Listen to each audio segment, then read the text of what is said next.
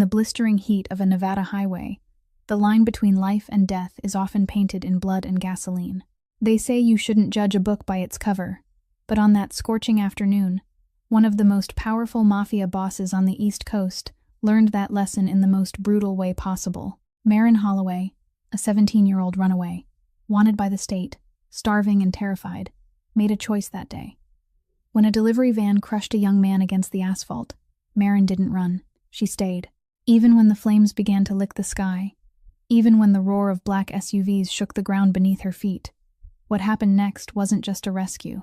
It was a war for a girl's soul that would bring the most dangerous man in America to his knees. This is the true story of the girl who wouldn't let go.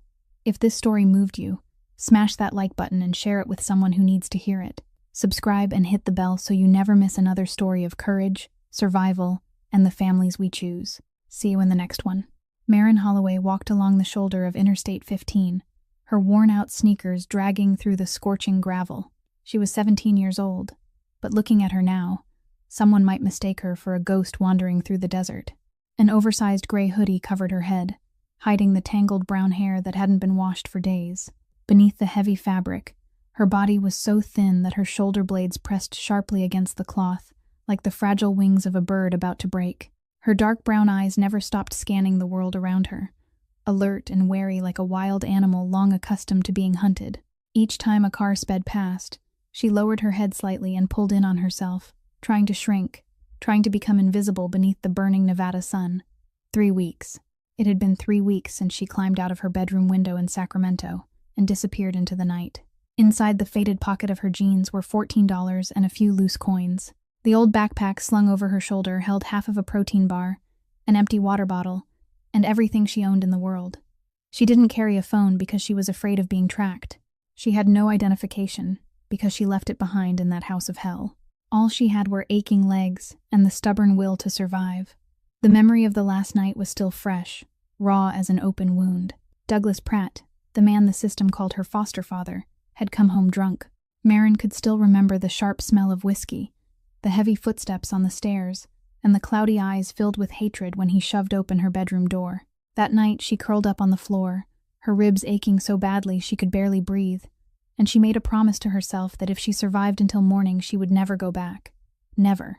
Marin had learned many things during 10 years inside the foster care system. She learned how to recognize danger just by looking into an adult's eyes. She learned to find the nearest exit in any room before she ever considered sitting down. She learned how to disappear, how to become a shadow, how to become no one at all, because no one meant no one could hurt you. Her goal was painfully simple: survive until she turned 18. Less than 1 year left. Just 1 more year and she would be free from the system. Free from men like Pratt. Free from the lies people told about family and safety. A gas station appeared ahead like an oasis in the Mojave Desert. It was old and worn, with a faded sign, rusting pumps, and a small convenience store sitting quietly beneath the blazing sun. Marin pushed the door open and stepped inside, the small bell chiming above her head.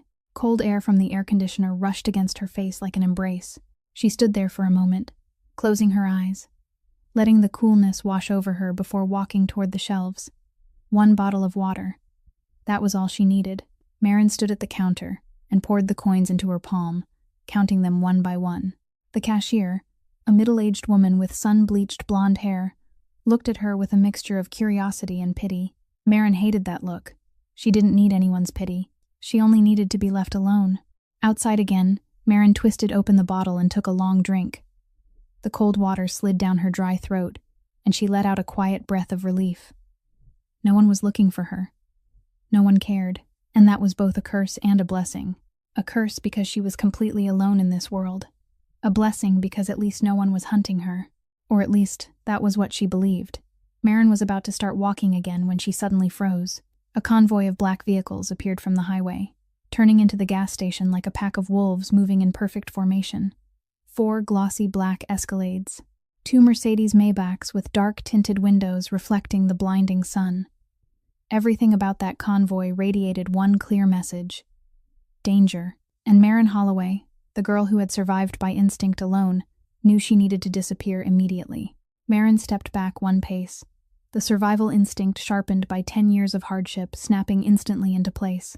She slipped quietly into the narrow space between the gas station wall and a large dumpster, where the shade swallowed her shape and no one would notice her unless they deliberately searched. From a thin gap, she watched the convoy come to a halt. The doors opened at the same time, moving with the precision of a routine practiced hundreds of times. The men stepped out one by one. Every one of them wore perfectly tailored black suits, crisp white shirts, and straight, immaculate ties. They did not resemble the businessmen Marin had seen on television or on the streets of Sacramento. Ordinary businessmen seemed soft, harmless, almost safe. These men were something else entirely. Their movements were swift and exact, like trained soldiers. Their eyes swept the area the way wolves study the edges of a forest, measuring every shadow, every corner, every possible threat. The muscles beneath their jackets were taut, and Marin could swear she caught the outline of pistols concealed under the coats of at least 3 of them. This was a different level of danger. This was the kind of world where even Douglas Pratt would have lowered his head. Marin's heart began to beat faster when the last man stepped out of the leading Maybach. He stood taller than the others, perhaps 6 feet 2, with a lean frame that carried the quiet strength of a resting panther. His black hair was brushed neatly back, streaked with silver at the temples, the mark of a man no longer young but far from old. His charcoal 3-piece suit fit him like it had been shaped stitch by stitch for his body alone. But what made Marin hold her breath was not the expensive elegance of his appearance. It was his eyes, steel gray, cold as winter metal, sharp as a blade. They moved across the gas station with the calm indifference of a man accustomed to owning everything he looked at. The moment he appeared, the people around him fell silent without a word being spoken. No one gave an order. No one demanded quiet. Yet even the air itself seemed to thicken in the presence of this man. One of his subordinates stepped close and leaned in to say something quietly. Marin strained her ears and caught fragments carried by the hot wind. "Make sure he gets back to school safely. No mistakes." The silver-haired man's voice was low and steady, like small stones rolling beneath a shallow stream. It was not loud. It was not hurried. Yet it carried an authority so absolute that no one listening would even consider defying it. The subordinate nodded at once and walked away as if he had just received instructions from an uncrowned king. Marin glanced toward the rear of the convoy and noticed a white Range Rover parked at the end. The vehicle looked strangely out of place among the dark procession, like a pale bird flying through a night sky. Leaning against it was a young man, perhaps 20 or 21, with light brown hair and a face that seemed surprisingly gentle among men surrounded by quiet violence. He rested against the door with a phone to his ear, laughing as he spoke to someone on the other end. His smile was bright and carefree, as though he did not realize he stood in the middle of a gathering of cold-blooded men. Marin frowned slightly. Who was he? A son? A younger brother? Or just some innocent soul accidentally pulled into this world? She did not know, and she did not want to know.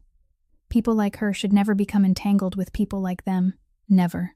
The convoy remained for no more than 5 minutes, while the drivers filled their tanks, and a few men stepped into the convenience store. Then the engines roared to life again. Tires crushed the gravel. Dust lifted into the air like a small desert storm. The white Range Rover followed behind, and soon the entire convoy shrank into distant dark specks along the horizon.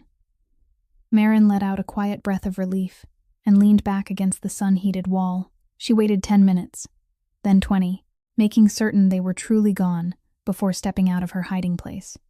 She did not want to see them again.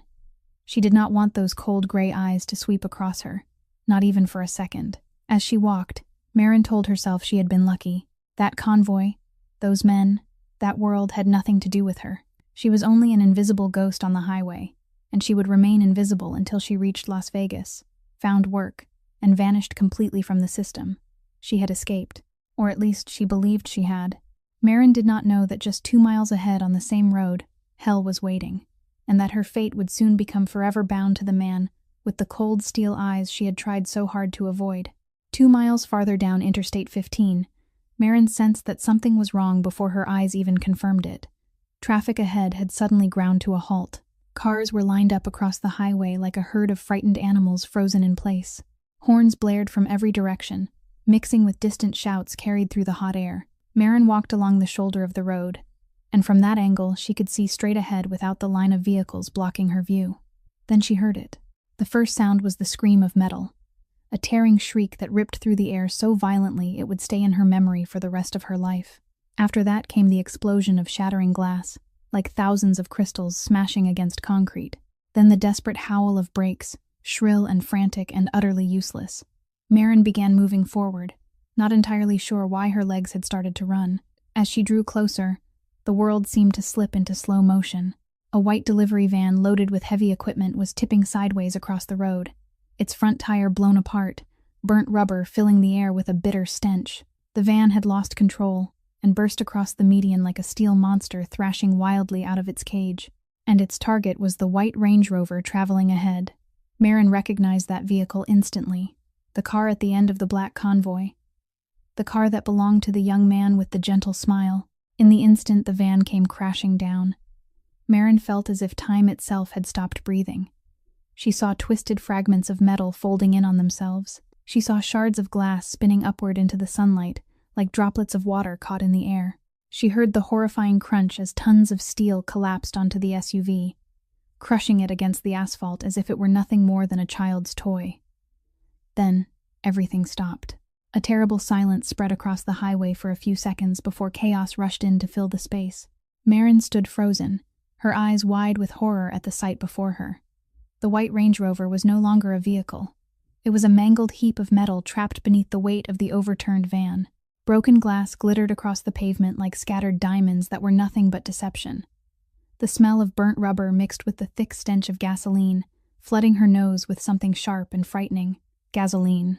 Marin saw the clear liquid spilling from the wrecked van, spreading slowly across the sun-scorched asphalt beneath the brutal Nevada sun. Her heart tightened. One spark, just one tiny spark, and everything would become hell. Around her, drivers began pulling over and stepping out of their vehicles, but none of them came closer. They stood at a distance with their phones raised, filming, whispering in frightened voices. A few people were already calling 911. Their voices shaking as they tried to describe the location and what had happened. Yet not a single person moved toward the wreckage. Who could blame them? Gasoline was pouring onto the road. The van's engine was smoking. Anyone who went near it could die. Marin turned slightly, ready to walk away. She was ready to keep moving, to leave this place behind, to vanish the way she had done her entire life. This was not her problem. She didn't know anyone in that car. She was only an invisible ghost. And ghosts didn't save people. Then she heard it. A weak cry for help drifting out from the twisted metal, fragile as a final breath. Help. Please. Someone. The voice of a young man, full of pain and desperation and a terrible loneliness. Marin stood 20 meters from the crash. The smell of gasoline was growing stronger by the second. The smoke from the engine was thickening in the air. Every survival instinct inside her screamed a single command. Run. Run now. But that cry for help kept echoing in her mind, repeating again and again like a voice rising out of her own past. The battle inside Marin's mind lasted only a few seconds, but to her it stretched across an entire lifetime. The survival instinct she had cultivated for 10 long years shouted with a voice she knew too well. Run. This isn't your problem. The police will come, they'll check identification, they'll find out who you are, and they'll send you straight back to Pratt. You've been free for 3 weeks. Don't ruin everything for a stranger.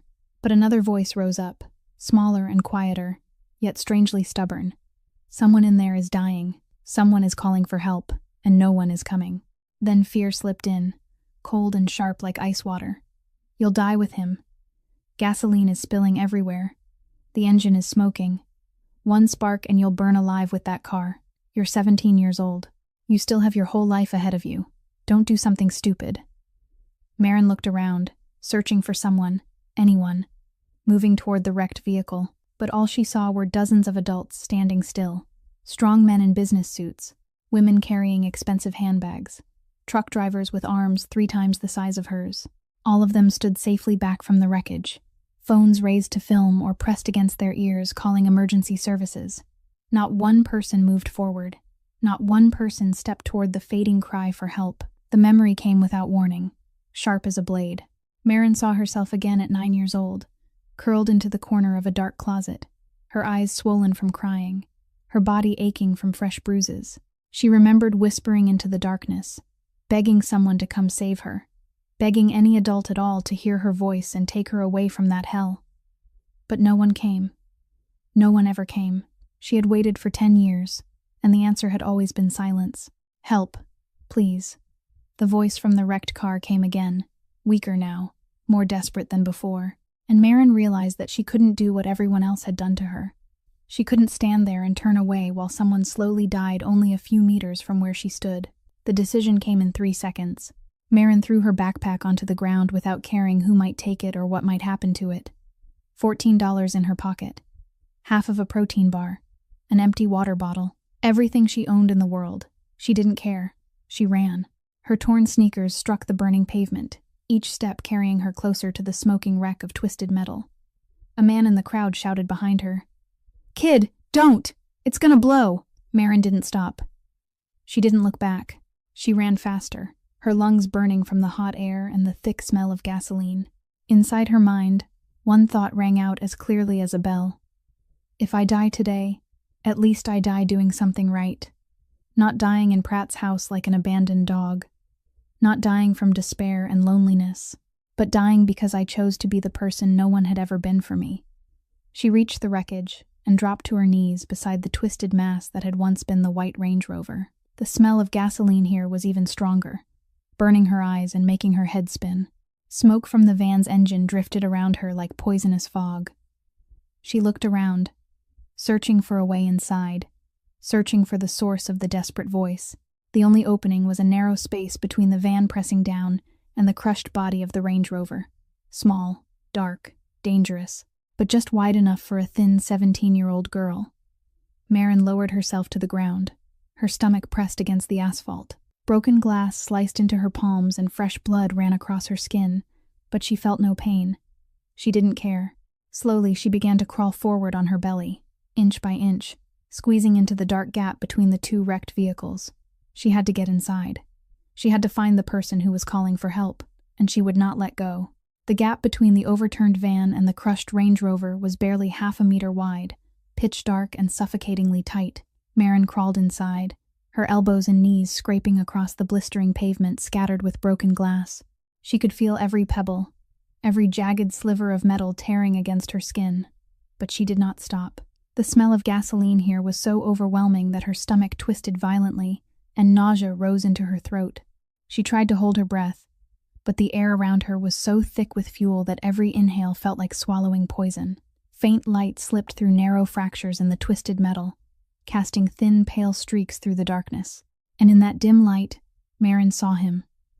The young man trapped inside the wreckage of the Range Rover. The roof had collapsed downward, pressing heavily against his chest so that every breath was a desperate struggle. His leg was pinned beneath the crushed dashboard. His light brown hair was matted with blood from a cut on his forehead, and the blue eyes that were probably very bright in other moments were now wide with panic and pain.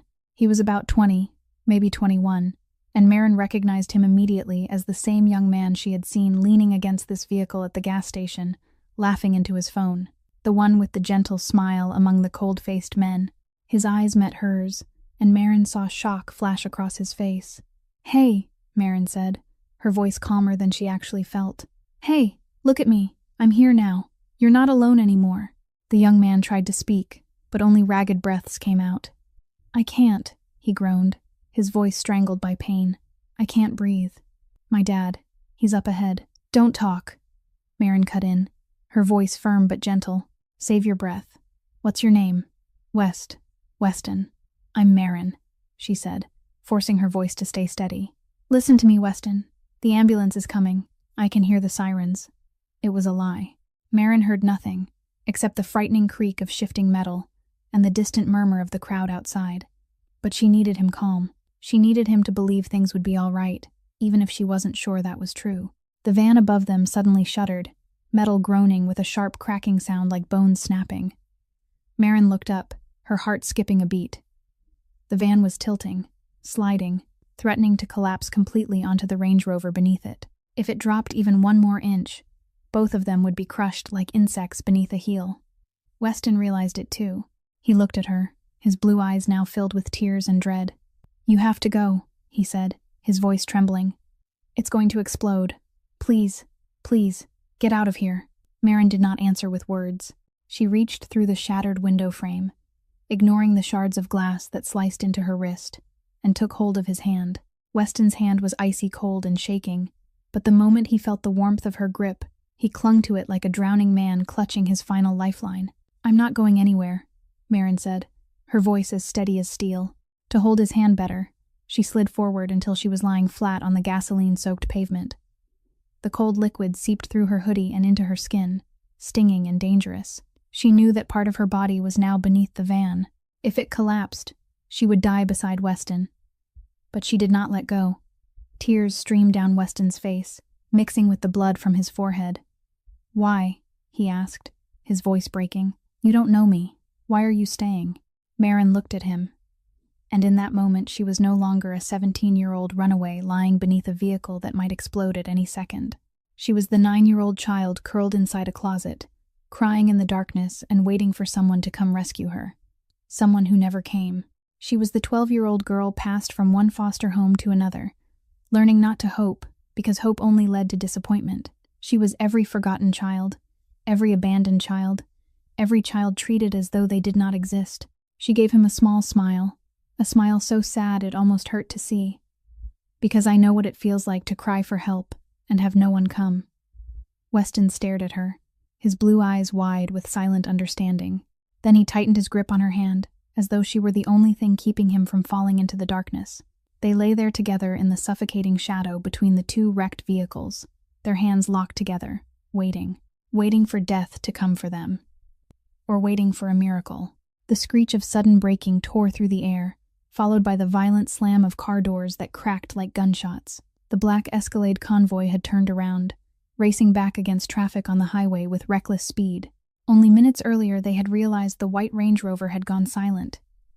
The GPS signal showed it had stopped abruptly in the middle of the road, and when the first reports of an accident began spreading over the radio, the blood in Conrad Ashford's veins seemed to freeze. He stepped out of the car before the Maybach had even fully stopped, his expensive leather shoes striking the blistering pavement. His gray eyes swept across the chaotic scene, across the crowd of onlookers, across the endless line of stalled cars, searching for his son's vehicle. Then he saw it, the white Range Rover he had given Weston for his 20th birthday. The car his son had proudly driven everywhere. Now it was nothing more than a twisted mass of metal crushed beneath the enormous weight of a delivery van. For 20 years, ruling the underworld, Conrad Ashford had built himself an armor no one could break. People called him the Wolf because of his cold brutality, because he could make deadly decisions without the slightest hesitation. He had seen death. He had caused death. He had lived beside death as if it were an old companion. But in this moment, all of that armor vanished like morning mist beneath the sun. The steel-cold strength in his eyes shattered. The mask of the powerful Mafia boss fell away, revealing the face of a father staring into the worst nightmare of his life. "Weston!" His roar ripped through the air, echoing across the crash site. It was not the calm and controlled voice his men were used to hearing. It was the desperate cry of a father, seeing his child on the edge between life and death. Conrad rushed toward the wreckage, ignoring the gasoline pooling beneath his feet, ignoring the smoke rising from the van's engine. Jet, his right-hand man, ran after him and grabbed his arm. "Boss!" Jet shouted urgently. "Gasoline everywhere! It could blow!" Conrad tore free from Jet's grip with the strength of a wild animal. He didn't care. He didn't care if the vehicle exploded and burned him alive with it. His son was inside. His only son. The last living piece of the wife he had lost. He dropped to his knees beside the wreckage, gripping the twisted metal frame with both hands as he tried to look inside. And then he froze for the second time that day. Inside the suffocating darkness and the heavy smell of gasoline, he saw his son. Weston was alive, barely breathing, his face covered in blood, but alive. Yet what Conrad could not believe was not the condition of his son. It was the girl, a small, thin girl in a dirty gray hoodie, lying directly beneath the van that threatened to collapse at any second. She was holding Weston's hand through the shattered window frame, lying motionless in a pool of gasoline, as though it were the most ordinary thing in the world. Her dark brown eyes lifted to meet his gray ones, and there was no fear in them. Only an astonishing, unbreakable determination. "Are you his father?" the girl asked, her voice unbelievably calm in the middle of death and destruction. "Help me get him out." Conrad stared at her. The man who had faced hundreds of enemies without the slightest tremor now found himself shaking before a thin girl who had appeared out of nowhere. Who are you?" he asked, his voice hoarse. The girl smiled, a strange smile in the middle of this hell of gasoline and fire. Someone who doesn't let go. Conrad said nothing more. He lay down beside the stranger, reaching both hands into the crushed vehicle to grasp his son's hand. Weston opened his eyes, saw his father, and tears rolled down his cheeks. "Dad." "Son," Conrad whispered, his voice breaking. "I'm here. I'm going to get you out." The smoke from the van's engine thickened, carrying waves of heat and the sharp scent of burning metal. Time was running out, and all three of them knew it. Conrad shifted into command mode in an instant. The instincts of a man accustomed to ruling an empire through the most dangerous crises, snapping into place without hesitation. "Jet, call the medical helicopter immediately," he ordered, his voice sharp as a blade. "The rest of you, get pry bars, crowbars, anything usable out of the trunks. Block traffic at both ends. No one gets close." His men moved like a perfectly programmed machine, each man taking a task without asking a single question. Jet pulled out his phone and called the family's private medical helicopter, while the others ran back to the convoy to retrieve tools. In less than a minute, 3 large men stood around the wreckage, gripping crowbars and metal levers. They tried to lift the crushed roof of the Range Rover, trying to force enough space to pull Weston out. Their muscles strained. Sweat poured down their faces. Groans of effort filled the air, but the metal would not move. It was too heavy. The van pressed down with tons of weight, and human strength could not fight against it. "Boss," one of the men gasped. "It's not moving. We need a crane, or specialized equipment." Conrad had not yet answered when Jet shouted from behind him. "Boss, fire." Everyone turned toward the van's engine. The thick black smoke had changed into bright orange flames that began in the engine compartment and slowly spread downward. The small flames crept along the fuel lines, moving steadily toward the gasoline pooling across the asphalt. "Boss, we're out of time," Jet shouted, and for the first time his voice carried real panic. Conrad looked down at the girl still lying beneath the wreckage, her hand still gripping Weston's. His gray eyes met her brown ones, and when he spoke, it was no longer an order. It was almost a plea. "Get out, now. That's an order." Marin looked at him, and in that moment she did not see a powerful Mafia boss. She saw a desperate father begging her to leave so he could stay and die with his son without carrying the weight of another innocent life on his conscience. But she shook her head. Not without him. Conrad opened his mouth to speak again, ready to grab her and drag her out by force if necessary. But he never had the chance. The explosion came without warning. The van's engine erupted when the flames reached an auxiliary fuel tank. It was not the enormous cinematic blast people imagined, but a deep, violent boom, followed by a rolling sphere of orange fire bursting from the engine and racing across the vehicle with terrifying speed. Marin had only a fraction of a second to decide. In that brief instant, she did not think about herself. She did not think about fear, about pain, about the death rushing toward her. She thought only about Weston, the young man with the blue eyes now staring at her in pure terror. She threw herself forward, covering his body with her own, turning her thin frame into a shield between Weston and the oncoming fire. Heat and flames swept over them. Marin felt the moment the hoodie on her back caught fire. She felt the burning heat pierce through the fabric and bite into her skin. The pain struck like lightning, savage and unbearable. Her scream tore from her throat, blending with the roar of the flames, raw and agonizing beyond words. But her hand never released Weston's. Even as the fire burned across her back, even as the pain swallowed her consciousness, she held his hand as if it were the only thing anchoring her to the world. Conrad was thrown backward by the blast, his back slamming against the pavement. His ears rang with a dull, violent hum, his vision filled with fire and smoke, with the shapes of Jet and the other men rushing forward with fire extinguishers, blasting white foam across the raging flames. They dragged Marin from the wreckage, her small body completely unconscious in the arms of one of the men. The back of her hoodie had burned to charred fabric, revealing blistered red skin beneath, but she was still breathing. Weak, but alive. Weston was pulled out moments later, after the flames were controlled enough for the men to reach him. He was unconscious but alive, largely because the small, fragile body had shielded him from the first and most violent burst of fire. Conrad forced himself to his feet, his legs shaking as he walked toward the girl lying motionless on the pavement. He dropped to his knees beside her, his trembling hand touching the soot-covered face marked by burns. Who was this girl? A runaway child he had never known, a thin girl in a torn gray hoodie who possessed nothing but a pair of worn-out sneakers. In 20 years ruling the underworld, Conrad had met every kind of person imaginable. Men loyal for money, men obedient from fear, men willing to sacrifice themselves for power and schemes. But he had never met anyone like this girl. Someone willing to die for a stranger and ask nothing in return. The thundering blades of the helicopter tore through the scorching Nevada air as the Ashford family's private medical helicopter descended onto an open patch of desert a few hundred meters from the crash site. The medical team jumped out with stretchers and emergency equipment, rushing toward the two victims lying motionless on the pavement. Weston was lifted onto the first stretcher, an oxygen mask placed over his nose and mouth, while the nurses checked his vital signs. Marin was placed on the second stretcher immediately afterward, her small body positioned face down to prevent pressure on the severely burned skin across her back.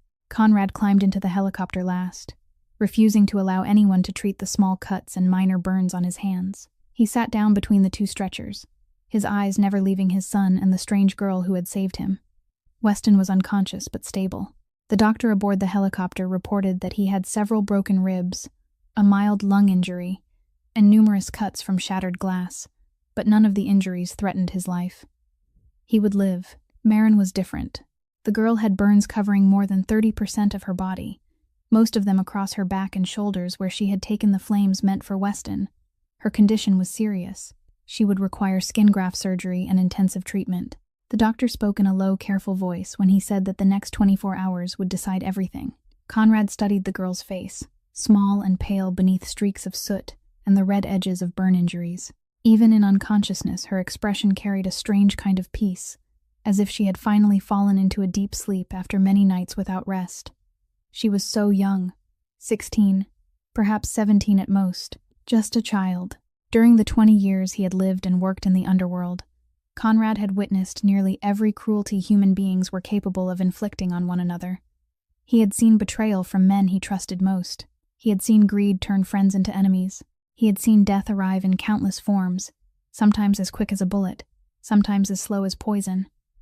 He had built his empire on one simple rule. Loyalty had a price, and he always paid that price in full. Conrad knew well that nearly everything in this world could be bought. The silence of witnesses, the votes of officials, the loyalty of soldiers, even the affection of beautiful women. Everything had its price, and he had never encountered anything that money could not purchase. Until today. This girl did not know who he was. She did not know how wealthy he was, how powerful he was, how dangerous he could be. She had asked for nothing, expected nothing, calculated nothing. She had simply seen someone who needed saving, and had been willing to die to save him. A complete stranger, the son of a man the entire underworld feared. But to her, Weston had only been a young man trapped in twisted metal who needed someone to hold his hand. Conrad looked at her face, and in the quiet of his mind a question rose. Who are you, little ghost? Where did you come from? And what made you the person you are? The helicopter shuddered lightly as it lifted into the sky, and Conrad made his decision. Whoever she was, wherever she came from, whatever her past might be, he owed her his son's life, and Conrad Ashford never forgot a debt. He took out his phone and called Jet, who had remained behind to handle the aftermath at the crash site. Jet. His voice was low and firm. Find out everything about this girl. Who she is, where she came from, where her family is, why she was out there alone. Everything. Yes, boss. Jet replied from the other end of the line. I'll start immediately. Conrad ended the call and looked out the helicopter window. Far below, the Nevada highway was shrinking into the distance, the crash site nothing more than a dark speck on a ribbon of pale asphalt. The helicopter flew toward the horizon, carrying a powerful Mafia boss, his nearly lost son, and a runaway girl whose life was about to change forever. Marin opened her eyes and did not recognize anything around her. The ceiling soared high above, painted a soft ivory white, with a crystal chandelier scattering gentle light from the sun that filtered through silk curtains. The room was larger than the entire apartment she had once lived in at Pratt's house, with pale oak paneled walls, a cream leather sofa, and modern medical equipment arranged neatly beside the bed. This was not a public hospital. In fact, it did not resemble any place she had ever seen in all 17 years of her life. The pain came a moment later, violent and merciless. Her back felt as if thousands of needles were piercing it at once. Every breath was like an invisible blade cutting into her flesh. She tried to lift her hand and noticed the intravenous line in her vein, clear fluid dripping steadily. Thick bandages wrapped her body from shoulder to waist, pulled tight enough to make breathing difficult. The survival instinct she had sharpened for 10 long years awakened immediately. Where am I? Who brought me here? Where is the exit? Her eyes scanned the room, searching for the door, the window, anything that might help her escape if necessary. She tried to sit up, ignoring the agony tearing through her body. Tears spilled down her cheeks when the burned skin on her back stretched, but she clenched her teeth and swallowed the cry that threatened to escape. She had endured worse pain than this. She would not let anyone see her weakness. You shouldn't move like that. The warm voice came from the corner of the room, and Maren flinched. She turned toward the sound and saw him, the man with black hair streaked with silver and eyes as cold and gray as steel, the same man she had seen at the gas station. He sat on the leather sofa in the corner with one leg crossed over the other, holding a newspaper as if this were the most ordinary morning in the world. His three-piece suit was perfectly pressed without a single crease, as though he had not been anywhere near an explosion only days earlier. Maren's heart beat faster as she realized he had probably been sitting there for hours, watching her sleep, waiting for her to wake. "Who are you?" she asked, her voice hoarse from disuse. "Where am I?" The man folded the newspaper and placed it on the coffee table beside him before rising to his feet and walking toward her bed. Every step carried quiet authority and absolute control, like a wolf approaching its prey without hurry, because it knows the prey cannot escape. "I am the father of the man you saved," he said in a calm, emotionless tone. "And you are in my private medical facility." Maren studied him, studied the luxurious room, studied the expensive medical equipment, and the pieces in her mind slowly began to fit together. The convoy of black vehicles, the men in suits with the eyes of predators, the silent fear others seemed to have of him. She looked straight into his eyes, her brown gaze steady even though her heart was pounding like a drum. "You're Mafia, aren't you?" Conrad Ashford, because that was his name, though Maren did not know it yet but soon would, allowed a faint smile to touch his lips. The smile did not reach his eyes, but it carried no threat either. "I am a businessman," he replied, "with diverse investments." Maren was not fooled by that answer. She had lived long enough in darkness to recognize it when she saw it. "Am I a prisoner?" she asked directly. Conrad tilted his head slightly as he studied her, and something in his expression resembled curiosity, perhaps even respect. "You are a guest," he said slowly. "A guest who saved my son's life." Before Maren could ask another question, a gentle knock sounded at the door, and it opened. The person who entered was the young man with light brown hair and blue eyes whose hand she had held in the wreckage. Weston looked weak, one arm in a sling and stitches visible across his forehead, but he was standing, and he was looking at her with an expression she did not quite know how to name. "You're awake," Weston said softly, a faint smile on his face. "I had to see it myself. The girl who refused to let go of my hand." Maren looked at him, and the memory of the suffocating darkness, the smell of gasoline, and the desperate grip of his hand came rushing back. "Are you okay?" she asked, her voice gentler than she intended. Weston nodded and stepped closer to the bed. "Because of you," he said, and his voice trembled slightly. "I don't know how to thank you." "You don't need to thank me," Maren interrupted, uncomfortable with the idea of anyone owing her gratitude. Weston looked at her for a long moment before turning toward his father. "Dad," he said firmly, "whatever she needs. At any cost." Conrad nodded once, his gray eyes still fixed on Maren. "I know." Maren looked at the two men standing in the luxurious hospital room, a powerful Mafia boss and the son she had nearly died to save. She did not know whether she should trust them or fear them. She did not know if this was an opportunity or a trap. But she knew one thing for certain. For the first time in 17 years of her life, someone was looking at her as if she mattered. The next day, Conrad returned to Maren's room alone. This time he did not bring a newspaper. Instead, he carried a dark brown leather briefcase. He set it on the table beside her bed, opened it, and took out a thin file. "Maren Holloway," he read aloud, his voice calm and even as if reciting a financial report. 17 years old, runaway, wanted by the state, no family, no violent criminal record, just a ghost. He looked up at her, his gray eyes unreadable. Maren remained silent, her brown eyes sharpening with the alert tension of a wild cat cornered against a wall. She had known this moment would come. A man like him would never allow someone to remain under his roof without knowing exactly who they were. "You can tell me your story yourself," Conrad said. His voice was neither threatening nor offering. "Or I can learn it another way." "Your choice." Maren studied him carefully, weighing the options in her mind. She could lie, but she knew a man like him would uncover the truth sooner or later. She could stay silent, but that would only make him more suspicious. And the truth was simple. If he had wanted to harm her, she would already be dead. He had days to do whatever he wished while she lay unconscious. So she chose to tell the truth. "I entered the foster care system when I was 7, she began, her voice dry and distant as if she were describing someone else's life. "My parents died in a car accident. No relatives wanted to take me in, so I became property of the state." She paused, drawing in a careful breath despite the pain in her burned back. 10 years. 7 different foster homes. Some were indifferent. They only wanted the monthly checks. Some were not indifferent. She did not elaborate. She did not need to. Conrad understood the meaning well enough. "Douglas Pratt was my last foster father," Maren continued. For the first time, her voice trembled slightly when she spoke his name. "According to the records, he is a model citizen. Church every Sunday. Loved by the neighbors. Trusted by social workers." She gave a faint smile that carried no trace of humor. "The truth is different." She did not describe the details. She did not need to. The nights locked inside the closet. The beatings when he came home drunk.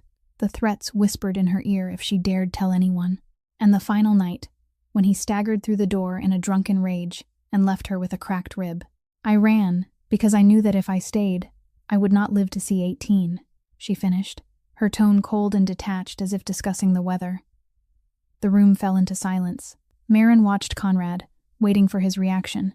Pity, disgust, indifference. She was familiar with all three.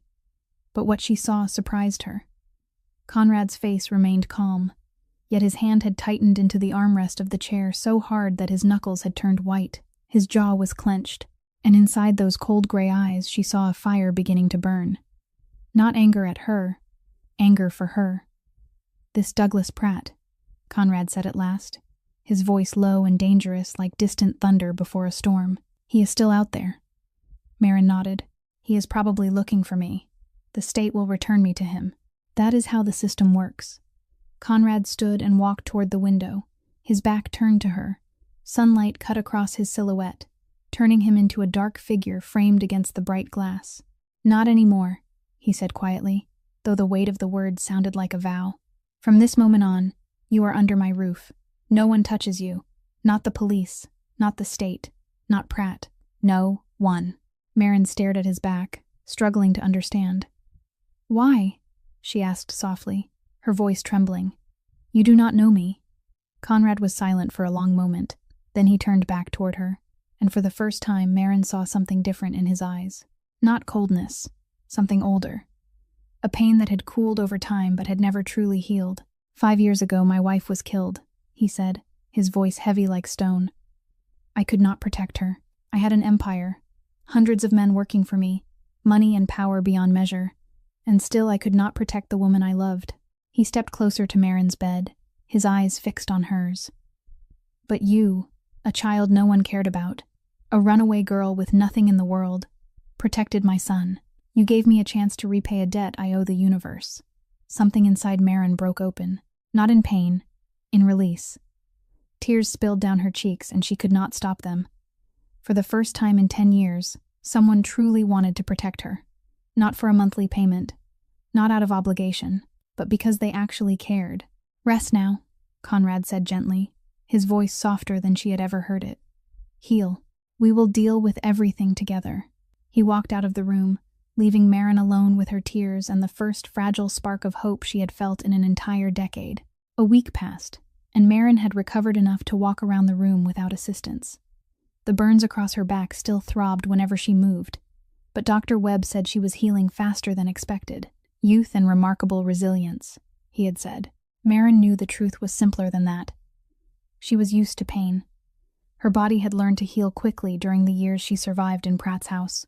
That afternoon, Maren was sitting on the sofa in the private sitting room arranged for her, trying to read a book Weston had brought, when the television mounted on the wall suddenly switched to a news broadcast. She reached for the remote to turn it off, but the images on the screen froze her in place.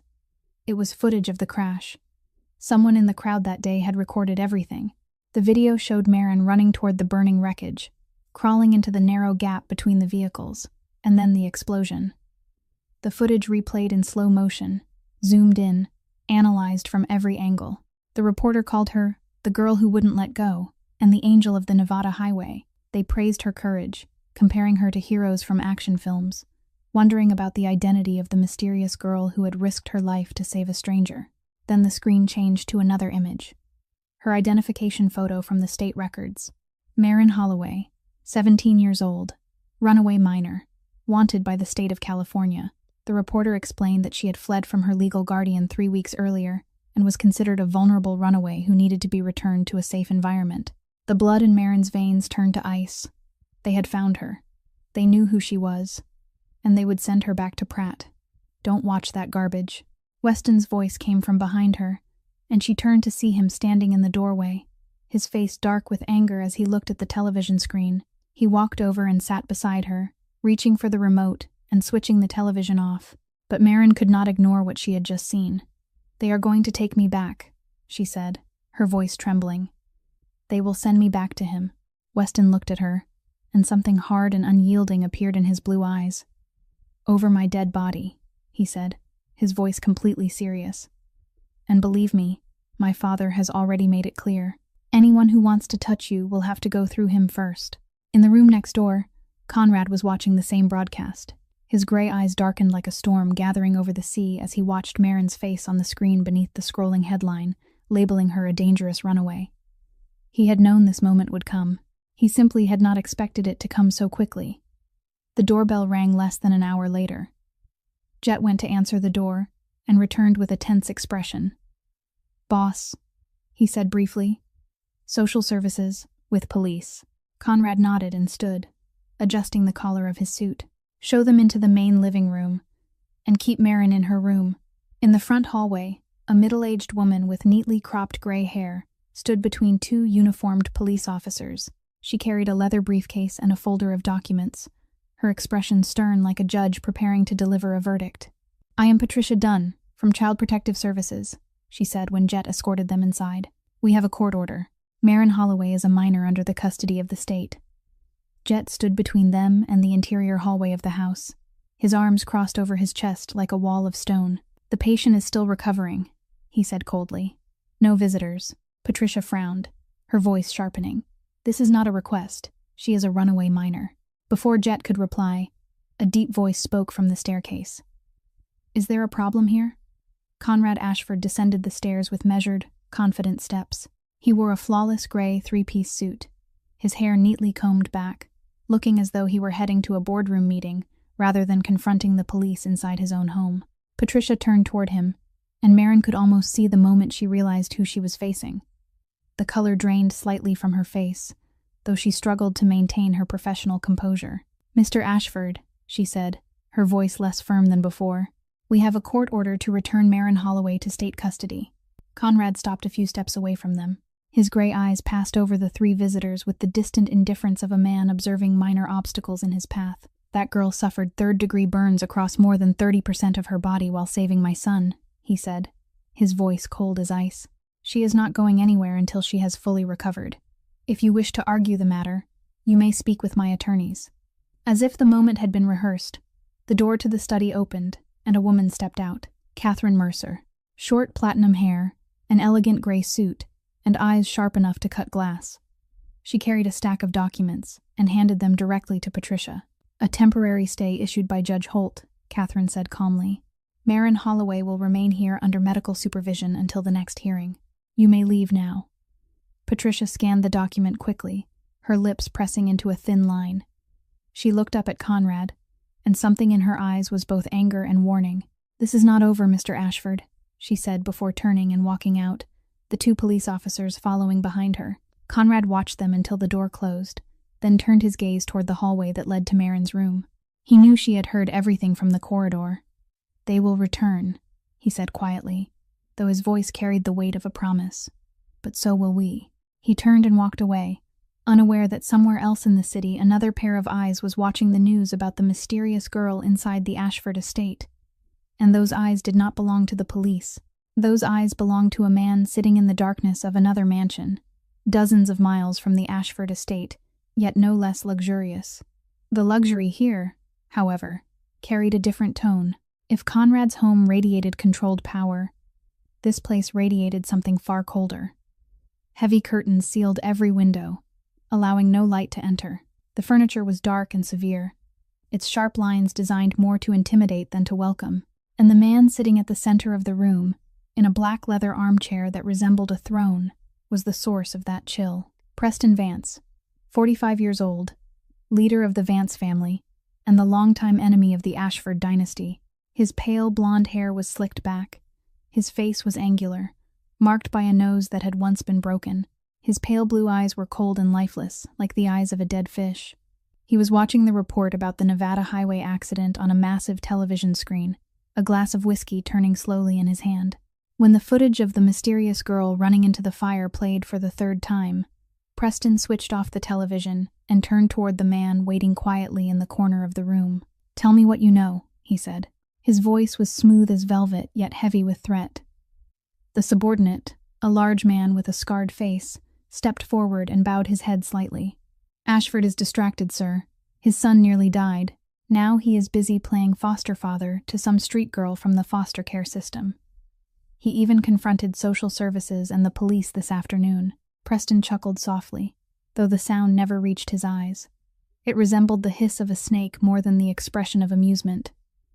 "Conrad Ashford," he murmured, his voice thick with mockery. "The great wolf, the man the entire East Coast underworld fears. And now he kneels for a little girl."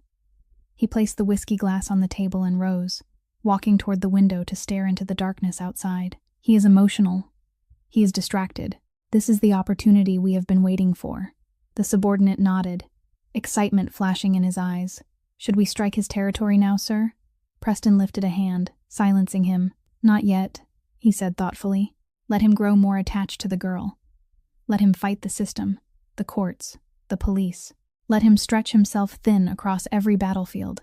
He turned back, his pale blue eyes gleaming in the darkness. "And when he is exhausted, when he finally exposes a weakness, we will strike." His smile widened, cruel and patient. "The wolf will learn what it feels like to be hunted." At that same moment, inside the Ashford estate, Conrad sat in his study when his private phone began to vibrate. He glanced at the screen, recognized the number belonging to an informant embedded within the Vance organization, and answered the call. The conversation was brief, but it was enough to darken the steel gray of his eyes. When he ended the call, he summoned Jet into the room. "What is it, boss?" Jet asked immediately, noticing the tension in Conrad's face. Conrad rose and walked toward the window, his back turned toward his right hand. "Vance is watching us," he said quietly. "They know about Weston. They know about the girl. They are waiting." Jet muttered a curse beneath his breath. "So we are fighting on two fronts," he said. "The state wants the girl. Vance wants our blood." Conrad nodded slowly, his gray eyes still fixed on the darkness beyond the glass. "So what do we do?" Jet asked. Conrad was silent for a moment, then he turned to face him. The look in his eyes was no longer that of a man defending himself. It was the gaze of a wolf preparing to strike. "We do what we have always done," he said, his voice as hard as steel. "We protect what belongs to us, and we destroy anyone who dares threaten it." He turned back toward the window again, his reflection in the glass appearing like a ghost in the night. 20 years in this world had taught him that nothing remained safe forever. His wife had died because he allowed his guard to slip. He would not make that mistake again, not with his son, and not with the small girl who had risked her life for his family. While Conrad prepared for the coming war with the Vance family, he did not forget the other front in this battle. Douglas Pratt, the man who had turned Marin's life into hell, the man the system wanted to send her back to. Conrad had no intention of allowing that to happen. He called Corbin Drake the next day. Corbin was a legendary private investigator, a former FBI agent with more than 20 years of experience, digging up secrets people had buried as deeply as possible. He was expensive, difficult, and absolutely discreet. Exactly what Conrad needed. I need you to investigate a man named Douglas Pratt in Sacramento, Conrad said over the phone. Everything, from what he eats for breakfast to the skeletons he keeps hidden in his closet. Corbin flew to Sacramento that same day and began his work. The investigation was not easy. The neighborhood where Pratt lived was a peaceful suburb filled with clean single-story houses and carefully trimmed lawns. Pratt was known as a model citizen, a kind-hearted single man who took in orphaned children. The neighbors admired him. The church praised him. Social workers trusted him. But Corbin had been in this profession long enough to know that the most dangerous monsters often wore the most ordinary faces. He began knocking on doors, speaking with the residents one by one. Most refused to talk, or did nothing but praise Pratt endlessly. Yet Corbin noticed something in the eyes of a few of them. Hesitation. Fear, carefully hidden. He focused on those people, persuading them, sometimes gently reminding them that their silence might allow more children to be hurt. Eventually, an elderly woman who lived right next door to Pratt agreed to speak. Sometimes we heard screaming, she said quietly, her voice trembling and her eyes unable to meet Corbin's gaze. At night, but he always explained that the children had nightmares, that they had psychological problems because of their difficult childhoods. He seemed so normal that no one ever suspected anything. The real breakthrough came when Corbin found Jenny Lawson, 24 years old, one of Pratt's earliest foster children, now living on the streets of Sacramento in a tent settlement for the homeless. The young woman had brittle brown hair, pale skin, and the haunted eyes of someone who had seen far too much darkness. At first, Jenny refused to speak. "I don't want trouble," she said, glancing around nervously as if someone might be watching. "He will find me." Corbin knelt down in front of her, his voice gentler than most people expected from a former FBI agent. "There is a 17-year-old girl who just escaped from him," he said. "If we don't stop him, she will be sent back, and there will be more children after her." Jenny was silent for a long time. Her eyes grew red with unshed tears, and Corbin could see her fighting with herself, struggling against the fear that had followed her for years. Then she began to speak. "He never hid us where anyone could see," Jenny said, her voice trembling but determined. "He was very smart, and when we told anyone, no one believed us. We were just foster kids, the children nobody wanted. Our words meant nothing." Corbin recorded Jenny's testimony, his hand gripping the pen so tightly that his knuckles turned white. In 20 years of doing this work, he had seen many terrible things. He had investigated murders, human trafficking rings, and crimes too horrifying for ordinary people to imagine. But something about children abandoned by the system and then abused by the very person assigned to protect them made him feel sick. He continued his investigation and eventually found 2 more former foster children of Pratt willing to testify. He obtained security camera recordings from a neighbor's house, capturing the faint echoes of screaming during the night. He dug into hospital records and discovered a chilling pattern. Of the 12 children Pratt had fostered during the past 15 years, 9 had been admitted to hospitals for injuries described as accidents: broken bones, bruises, burns, every single one recorded as an accident. 1 week after arriving in Sacramento, Corbin called Conrad. "I have enough evidence to bury him," he said, unable to hide the anger in his voice. "This man is a monster hiding in plain sight." Conrad sat in his study with the phone to his ear, his gray eyes hard as steel. "Then bring him into the light." The moment the call ended, Conrad summoned Catherine Mercer. The platinum-haired attorney listened carefully as he summarized Corbin's findings, and then nodded with quiet determination. "I will prepare everything," she said. "The documents, the witnesses, the evidence. We will not only keep Marin away from him, we will make sure he never touches another child again." Catherine began working without pause, assembling a legal case that grew into a 400-page file. The real battle was about to begin, but Douglas Pratt was not the kind of man who sat quietly and waited for death. When news spread through Sacramento that Marin was being protected by a wealthy family in Nevada, when Corbin Drake's quiet investigation began stirring the calm surface of his carefully constructed life, Pratt realized he needed to act. And he acted in a way no one expected. He hired a lawyer, not the kind of public defender the state assigned to difficult cases, but a lawyer who specialized in media crises, a man known for helping disgraced figures reverse public opinion. And he contacted the press. 1 week after Catherine Mercer finished assembling her 400-page case file, Marin was sitting in the living room watching the news when Douglas Pratt's face appeared on the screen. Her body froze as if a ghost from the past had stepped through the television and into the room. Pratt sat on the sofa of a morning talk show, his eyes red as though he had been crying, his voice trembling with emotion. He looked like a grieving father, a victim of cruel circumstance, a good man wronged by fate. "I only want my daughter to come home safely," he said to the camera, his voice breaking. "Marin is everything I have. I have raised her since she was 12 years old. I have loved her as my own child. And now that man, that dangerous criminal, is holding her. He is manipulating her mind." He paused, raising his hand to wipe his eyes in a gesture so perfectly measured it might have been rehearsed. "Marin is a vulnerable child. She has suffered trauma. She needs to come home, to receive treatment, to be loved, not to be exploited by a mafia boss for whatever dark purpose he may have."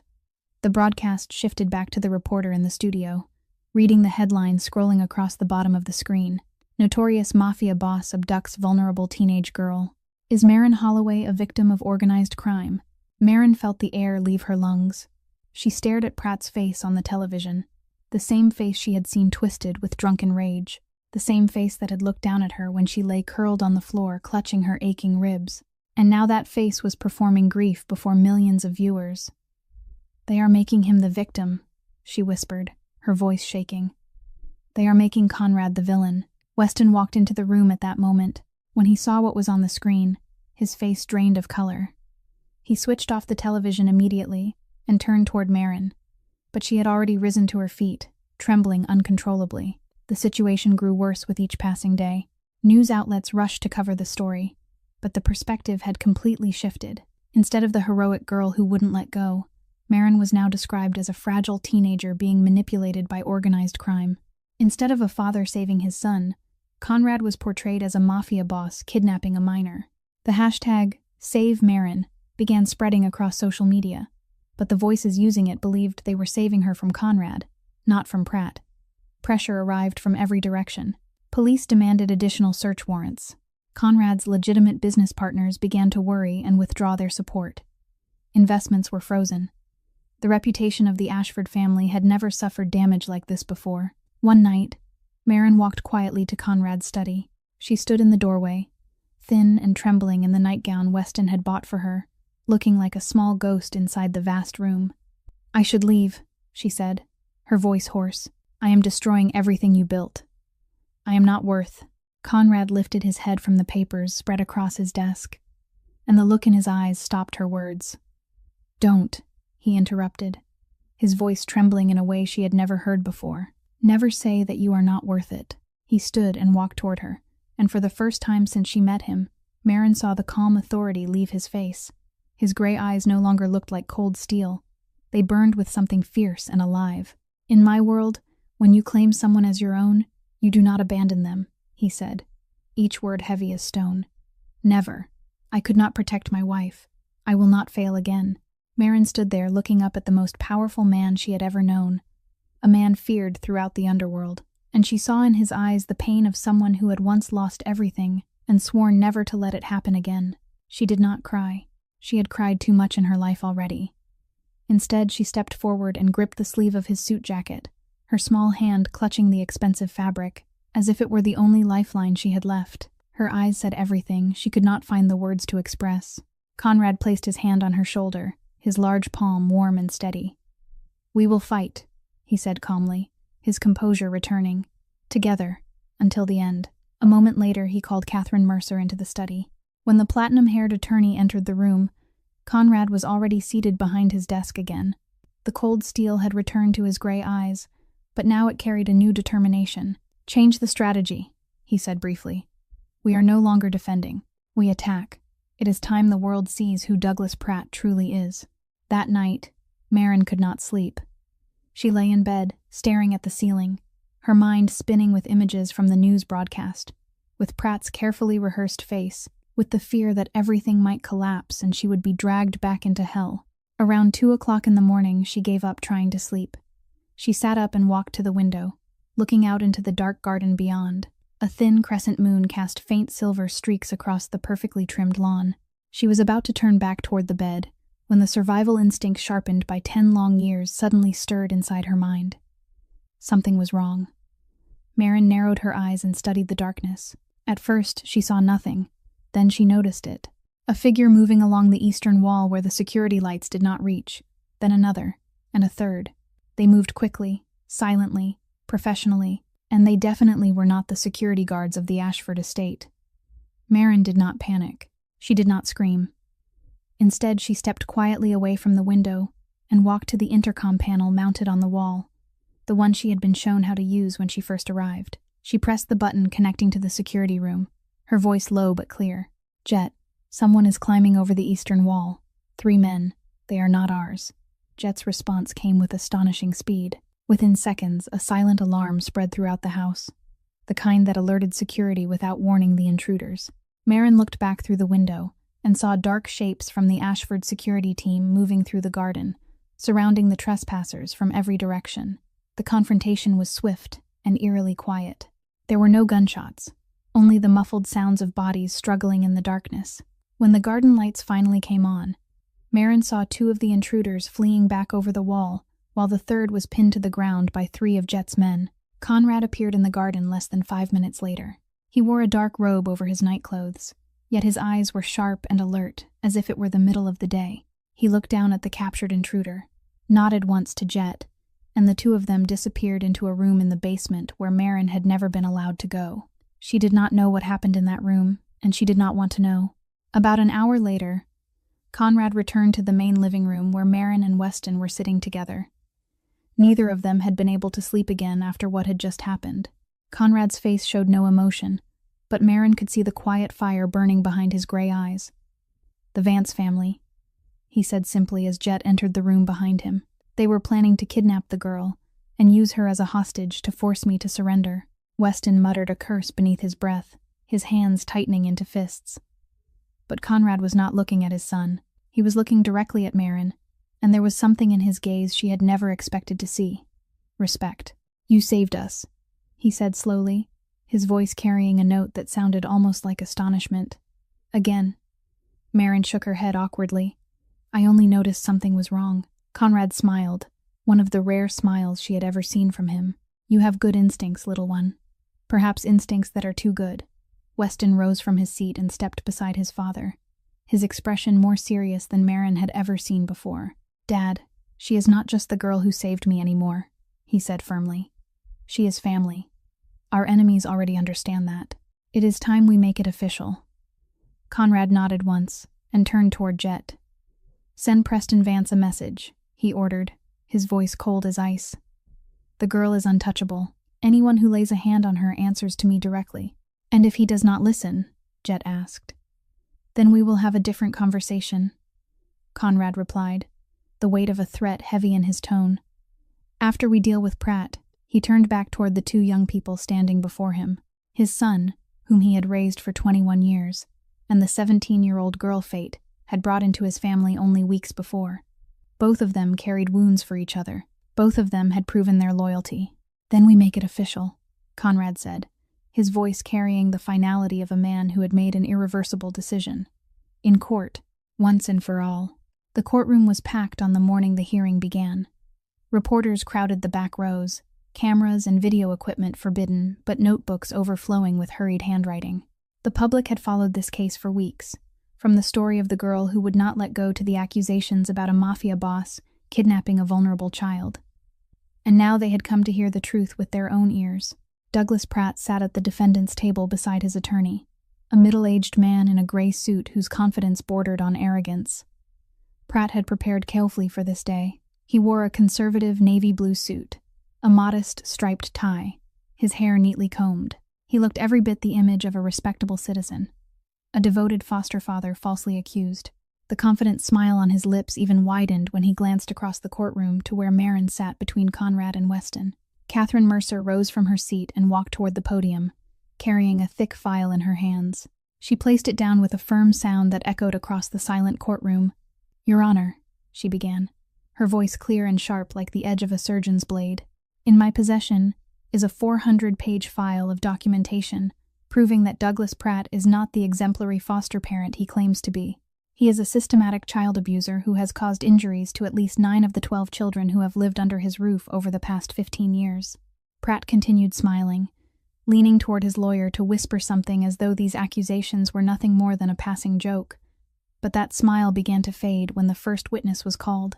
Jenny Lawson stepped onto the witness stand, thin and trembling, yet with eyes that did not waver. She spoke about the years she had spent in Pratt's house, about the beatings delivered in places where no one could see, about the times she had tried to tell social workers but no one believed her. "He made us believe that no one would ever believe us," Jenny said, her voice shaking yet unbroken. "But I am tired of being silent." Marin watched Pratt's face as Jenny spoke, and she saw the confident smile begin to stiffen. His complexion paled slightly when Jenny described in detail how he punished her for the smallest mistakes, how he locked her inside a closet for hours at a time. Next came Dr. Peterson, the physician who had treated several of Pratt's foster children over the years. He presented medical records and pointed out patterns of injury that did not match ordinary accidents: fractures in specific locations, bruises with distinct shapes. Pratt began to sweat, his hand trembling slightly as he scribbled something on a piece of paper for his lawyer. Then one of Pratt's neighbors took the stand, confirming the screams heard in the night for years that no one had ever reported, because they assumed the children were simply having nightmares. But the final blow came when Catherine played an audio recording taken from a neighbor's security camera. The sound filled the silent courtroom. The screams of a child. The sound of blows landing, Pratt's voice shouting threats that no one in that room could mistake. When the recording ended, Pratt's face had turned as white as paper. Sweat ran down his forehead, and the hand holding his pen now trembled like a leaf caught in a storm. Catherine stepped closer to him, her eyes cold as ice. "Mr. Pratt," she said, her voice carrying through the courtroom, "can you explain why 9 of the 12 children under your care were hospitalized because of accidents?" Pratt licked his lips, his eyes darting around like a trapped animal. "They are clumsy children," he stammered. "Accidents happen." Catherine tilted her head slightly, her expression unmoved. "Accidents, or a pattern, Mr. Pratt."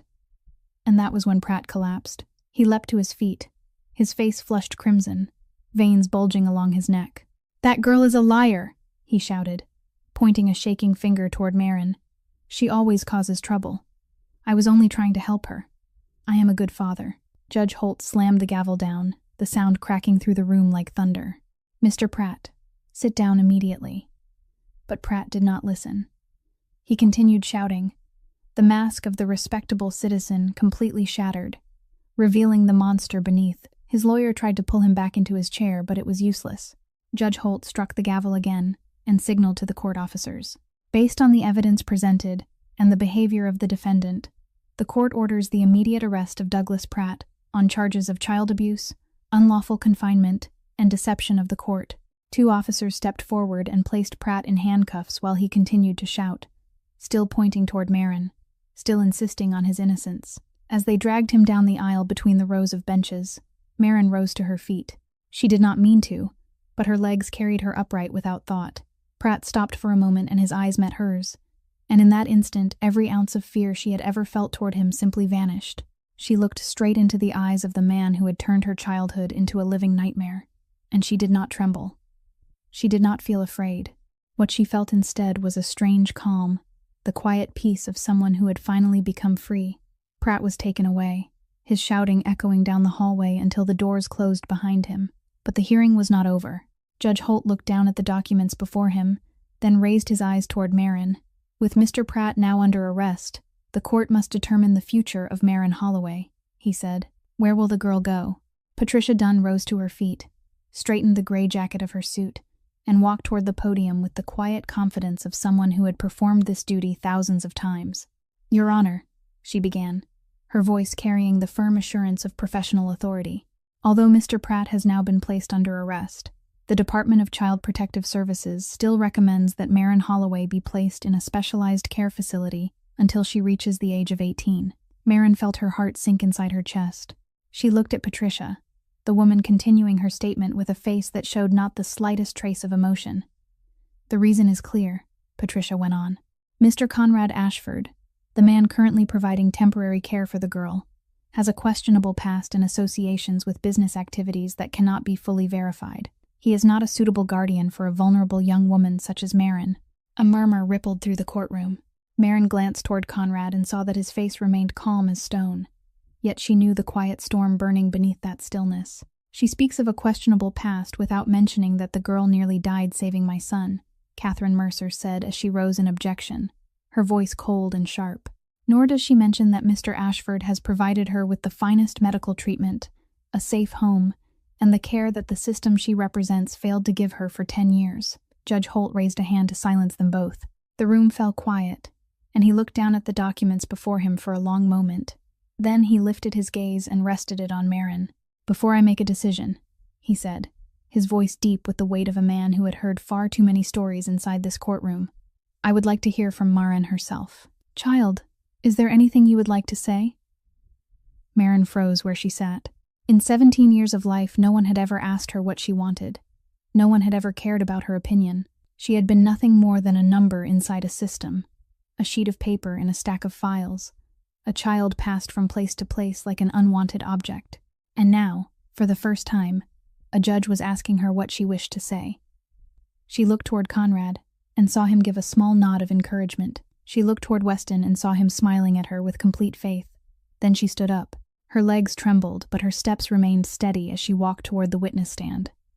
She stood there, a thin 17-year-old girl in a simple dress, facing an entire courtroom filled with eyes watching her. She drew a deep breath and began to speak. "I have lived inside the system for 10 years. Her voice was quiet but clear. 7 different foster homes.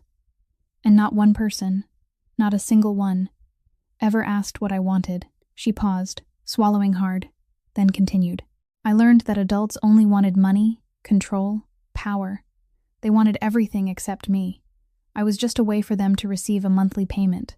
I was just a name inside a file so they could fill out their reports." Her voice hardened slightly, carrying the weight of 10 years of abandonment. "I learned to become invisible. Because being seen meant being hurt. Because every time someone noticed me, they found a way to use me or break me. So I disappeared. I became a ghost." She turned and looked at Conrad, her dark brown eyes meeting his gray ones. "And then I met him." Her voice softened as she spoke the words. "He did not ask what I could give him. He asked what I needed." The courtroom fell into complete silence. Not a whisper, not the faintest rustle. "For the first time in my life, I had a table where I could sit and eat," Marin continued, her voice beginning to tremble. "I had a bed that belonged to me, not one I could be thrown out of at any moment. Someone asked how my day had been. Someone cared when I was sick. Someone looked at me as if I mattered." Tears began to roll down her cheeks, but she did not stop speaking. "I know he is not perfect. I know what people say about him. But he gave me something the system never could. A family." She looked directly into Judge Holt's eyes, her voice breaking but steady with conviction. "So if the court asks where I want to go..." She paused, tears flowing freely yet her gaze unshaken. "I want to go home. With him." The courtroom sank into absolute silence. Even Patricia Dunn, who had prepared dozens of arguments to counter this moment, could not speak. She simply sat there, her mouth slightly open, unable to find a single word to answer what the girl had just said. Marin turned her head toward Conrad and saw something she had never imagined she would witness. His gray eyes, cold as steel and feared throughout the underworld, were red with emotion. No tears fell, but they were there, shining under the courtroom lights. For the first time in many years, Conrad Ashford allowed someone to see his vulnerability. Judge Holt watched Marin for a long moment, before slowly nodding his head. "Thank you, child," he said, his voice gentler than she had heard before. He struck the gavel once against the bench. "The court will recess for 30 minutes before delivering its final decision." The 30 minutes of waiting became the longest 30 minutes of Marin's life. She sat on a hard wooden bench in the courthouse hallway, her feet not even touching the floor, her fingers interlaced and squeezed so tightly that the knuckles turned pale. Her heart beat so fast she could hear it inside her ears, each pulse sounding like a countdown toward the decision that would determine the rest of her life. Conrad sat beside her, his shoulder lightly touching hers. He said nothing. He did not try to comfort her with promises that might not come true. Yet his presence alone was enough. She could feel the warmth of his body beside her, feel the steadiness of him like a rock standing firm in the middle of a storm, and that quiet strength kept her from falling apart. Weston sat on her other side, and suddenly he reached across and took her cold hand in his. "No matter what happens," he said softly, his voice calm and certain, "you will always be my sister." Marin looked at him, the young man with the blue eyes whose hand she had held in the wreckage only a few weeks earlier, and she tightened her grip on his hand. The bell rang, signaling that the court session would resume. Marin rose on trembling legs and walked back into the courtroom between Conrad and Weston, the two men who had already become her family, even if the law had not yet recognized it. Judge Holt entered, his face unreadable. He took his seat, adjusted his glasses, and looked down at the documents before him. The courtroom fell into complete silence. Not a breath could be heard. "In the matter concerning Marin Holloway," he began, his voice echoing gently through the quiet chamber, "the court rejects the request to place the child in a state care facility." Marin heard a quiet sigh of relief somewhere behind her, perhaps from Weston. She felt a small weight lift from her chest, but only slightly. She knew there was still more to come. However, Judge Holt continued, and the single word tightened Marin's heart once again. "The court cannot grant full guardianship to Mr. Ashford at this time." It felt as though someone had struck Marin in the stomach. She gripped Conrad's hand so tightly that she could feel the bone beneath his skin. No, it could not end this way. After everything they had endured, after everything she had just said, would they still take her away from the only family she had ever known? Instead, Judge Holt went on, and there was something different in his tone now. Almost warmer. "The court has received a separate petition. A petition for adoption submitted by Mr. Conrad Ashford, filed 3 weeks ago." Marin turned to Conrad, her eyes wide with shock. An adoption petition. 3 weeks ago. That meant he had filed it while she was still lying in the hospital bed, while she was still recovering from her burns, while she was still nothing more than a homeless runaway girl he had no obligation to care about. Conrad looked back at her, and for the first time since she had known him, she saw him smile. Not the faint, polite smile she had seen before, not the distant smile of social courtesy, but a real smile, warm and sincere, lighting the gray eyes that were usually so cold. "Based on the evidence of Mr. Ashford's commitment," Judge Holt continued, his voice carrying a quiet note of approval, "including psychological evaluations, showing significant improvement in Marin's well-being during her time in his care, and most importantly the testimony of Marin herself, the court approves the adoption petition effective immediately." The courtroom erupted. Applause burst out from every corner. There were sounds of laughter, and the unmistakable sound of people crying. Marin stood frozen in place, unable to move, unable to believe what she had just heard. It felt like a dream, like she was floating inside a reality too impossible to be real. Weston was the first to embrace her. He wrapped his arms around her shoulders and pulled her into a hug so tight she could barely breathe. "Welcome to the family, little sister," he whispered into her ear. "It is official now." Then Conrad rose and stepped toward her. He did not hug her the way Weston had. That was not something he was skilled at, and Marin understood that. Instead, he placed his hand gently on her shoulder, his large palm warm and steady, and looked into her eyes with an expression she had never seen from any adult in her entire life. The look of a father gazing at his daughter. "Come home, daughter," he said quietly, his voice deep and trembling. And Marin cried. These were not tears of fear, not tears of pain, not tears of despair. These were the tears of someone who had finally found a home. The Ashford family walked out of the courthouse together, beneath the bright Nevada sunlight. Conrad on the left, Weston on the right, and Marin between them. No longer a runaway girl with nowhere to belong. No longer a ghost wandering along the highway. She was Marin Ashford. And she was going home. 3 years later, the Nevada highway still burned beneath the fierce summer sun. The same stretch of Interstate 15, the same endless Mojave Desert spreading toward the horizon. The same waves of heat rising from the asphalt like invisible fire. Yet something about the convoy moving along the highway that day was different. The familiar black Escalades were still there. The luxurious Mercedes Maybach still glided quietly among them. But leading the convoy now was a cherry-red Porsche Cayenne, blazing brightly among the black vehicles like a flame in the night. Behind the wheel of that Porsche sat Marin Ashford, 20 years old. She was no longer the thin girl in a torn gray hoodie who had once stood trembling on this road 3 years earlier. Her brown hair now shone with health and had been carefully trimmed. Her dark eyes no longer carried the wary tension of a wild animal. Instead, they shone with the calm confidence of a young woman who knew exactly who she was and where she belonged. The scars on her back remained, permanent reminders of the fire that had once nearly consumed her. Yet to Marin, they were no longer symbols of pain. They were proof of the day she found a family. She was now in her 2nd year of college studying psychology. She wanted to help children like herself, the forgotten ones abandoned by the system, The invisible ghosts no one cared enough to see. Weston sat in the passenger seat beside her. He was now the chief executive officer of the family company, the legal side of the Ashford empire. He was laughing about something, teasing Maren the way he always did, calling her little sister and joking that she drove faster than their father ever had. Behind them, inside the black Maybach, Conrad Ashford sat quietly, watching the red Porsche ahead. Jet sat beside him. Neither of them spoke, but their eyes followed the young woman driving ahead, as if she were the most precious treasure the family possessed, because in truth she was. "Have you heard anything about Preston Vance lately?"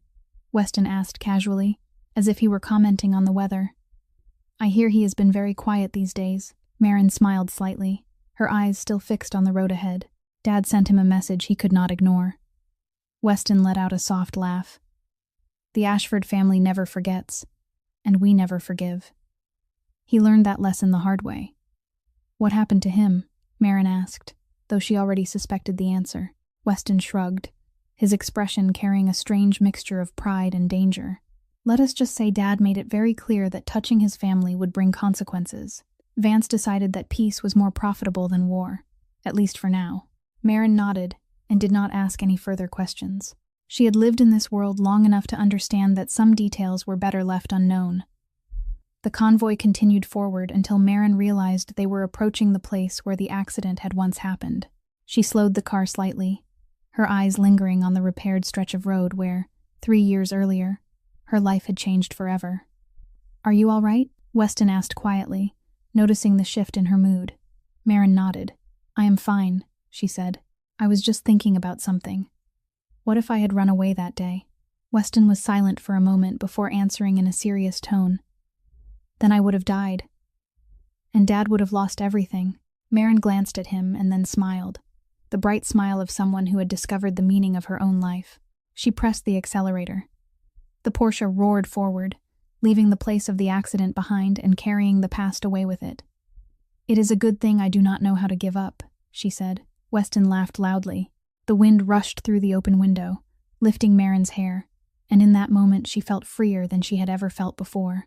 People often say that blood is thicker than water, but what happened that day on the Nevada highway proved something very different. Blood only gives you a biological connection. Loyalty is what truly makes a family.